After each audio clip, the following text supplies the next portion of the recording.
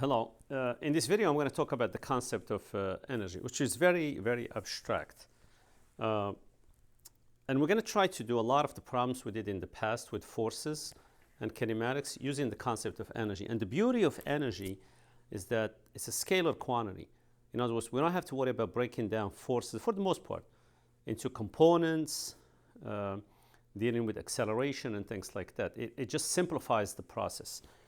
Um, Now, I'm going to talk about different kinds of energy. I'm going to talk about gravitational potential energy. Okay, so let's just say I have this marker sitting there, right? Okay, and I have this 1 kilogram mass, which is 2.2 pounds. And if I raise it here, okay, if I raise it this high, and if I drop it, it might cause some damage, okay, to the marker. But I think if I raise it higher, okay, it will do more damage. And if I raise it even higher, it will definitely do some damage. Now, the reason that this brick will do, or this mass will do more damage as we go higher and higher, is I'm doing actually work to bring it up to here. So as I'm going up, okay, I'm doing work. So I'm applying a force up, and the object is moving up. So that work that I do becomes some form of energy, okay? And in this case, that form of energy, I'm working against gravity, has to do with gravity. So we have to call it gravitational energy, okay? Now, why do we call it potential? Well, because it doesn't necessarily have to be dropped. If it's just sitting there, I know there is energy there. Because if I drop it, it has the potential of doing some work on that marker and breaking it. The other kind, if I'm driving, let's say, so let's say this is a car. If I'm driving, let me get this out of the way. If I'm driving slow and I hit that marker, right, I might cause a little bit of damage. If I'm going faster, I'm going to cause more damage.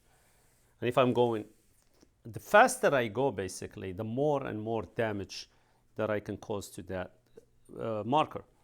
So which means that I can talk about an energy that's associated with speed, okay? And we call that kinetic energy. So any object that's moving has kinetic energy. And the last kind of energy I want to talk about elastic potential energy. So I'm going to use a spring or a bow and arrow, basically. So if I want to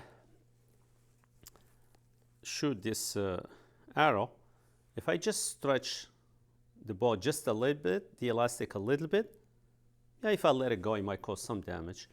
But the more I stretch, okay, the more energy I store in this elastic. And we call that elastic potential energy because the energy is there. It's up to you whether you want to use it or not.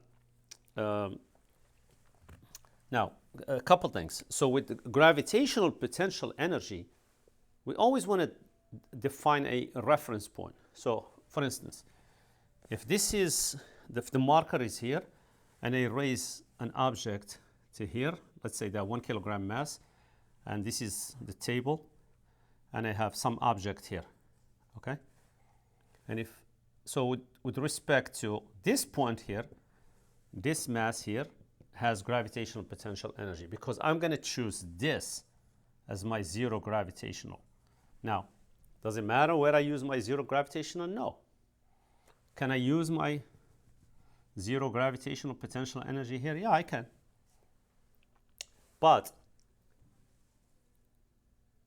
anything below, so as this object is moving from here to here, it will have negative gravitational potential energy. And because I don't want to deal with that negative gravitational potential energy, I'm always going to pick the lowest point of my problem as the zero gravitational potential energy. You're going to find out later that when we do work energy theorem and conservation of energy and all that, you're going to find out that it's really the difference in gravitational potential energy that matters. Gravitational potential energy in itself doesn't mean anything. Okay? So, for instance, if I have a roller coaster and it does that, right? And this is the ground below, okay? And I start up here, right? And I go down and up, and okay, if I know that this is the lowest point, okay, of the roller coaster, I'm gonna pick that as zero gravitational. I mean this point.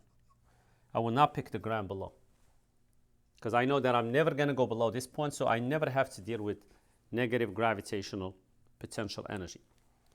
All right, so now that we define these energies, let me talk about the work energy theorem. So if a system, okay, has if a system has energy, let's say has an amount of energy E initial, okay, and if you do some work on it, okay, or if it does work on its surrounding, but there's definitely some work external done. So let's say we do some work on this object here that started with an initial energy E0. Well, I think it will have some different amount of energy later, whether it's more or less. It depends whether it did positive work or negative work on it. So this is what we call the work energy theorem. Now, this might seem like complicated, it doesn't make sense, but I think with some examples in class, I will clarify that, okay? And I think that's it for this video. All right, thank you.